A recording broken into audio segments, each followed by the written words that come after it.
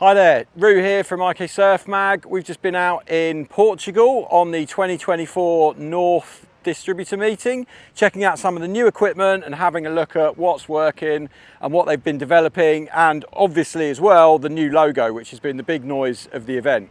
One of the first things I'm going to talk to you about is the Carve kite, which is North's wave kite. So this is the kite that's designed for people that want to get out in the waves, but also want to do a lot of strapless riding as well. And that's one important thing to talk about, because North really focused on the jumping ability of this kite and the fact that it gives you quite a lot of lift in the air, and you've got quite a lot of hang time too, which allows you to perform those strapless tricks without worrying about the kite a little bit too much.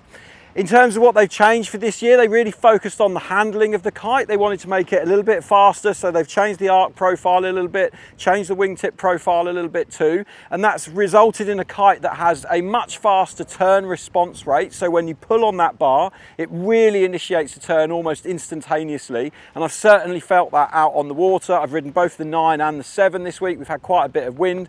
Not loads of waves, but enough to kind of get a play around and have a feel for it, and also enough to get it in the air and do some of those jumps that I was just talking about a second ago. So that turn initiation is much faster, and it definitely feels a little bit more like it's an extension of your own arm. When you're out on the water, you want to redirect the kite, you want to steer the kite on the wave, it just moves instantly. You don't really have to think about it, and that allows you to kind of concentrate on your riding, concentrate on the tricks you're doing, concentrate on the wave that you're on, and really think about that rather than what you're doing with the kite. Another thing that they've done is they've lightened up the overall weight of the kite as well. So they've just gone for what they're calling a surf tough construction, where they've really just reinforced the bits that they needed to, but tried to cut down on weight wherever possible. And this has resulted in a kite that drifts a lot better, and that light weight obviously makes it more responsive in the sky and easier for handling and things like that as well.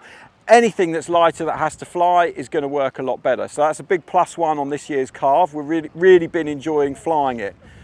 So another area that they worked on was the actual ability to steer the kite when the kite's depowered, and that's something that you could kind of do in the past, but I think they felt that there are other kites on the market, they needed to come along and make sure they had that ability. And this year it's definitely improved. So when you've got the kite fully depowered, you don't get that wishy-washy feeling on the bar that your kite's kind of like just on slack rear lines and it doesn't feel like it's in control. You actually feel like when you fully depower the kite, not only do you dump all that power out of it, you can still redirect it. So if you're at the top of your top turn and you've left the kite a little bit over the back of the wave and you've got to quickly redirect it, but you also don't want the power surge from when you pull it back over the top of your head, you can push that bar all the way out, redirect it, and you get a nice smooth turn at the top of the wave so it won't pull you off the back. That's a really nice feature that we've been enjoying. And then the other thing to talk about really is for that strapless freestyle. For people who like riding and like doing jumps, this kite's got a really good catch to it. So when you're coming into land, it's a nice soft landing. It doesn't drop you. We've had some pretty gusty conditions this week and the kite's handled that really well. The range of the kite's always worth talking about this with wave kites. It's got a good low end and a pretty decent top end as well. The wind's been up plus 25-30 knots at times in the afternoons as the sea breeze kicked in, and no matter what kite I was on, even on a 9 overpowered, I never really felt like it was pulling me off my edge or it was hard to control or manage. You had that fingertip adjustment on the bar, you could literally just move the bar out a little bit and you'd dump that power and have total control at all times.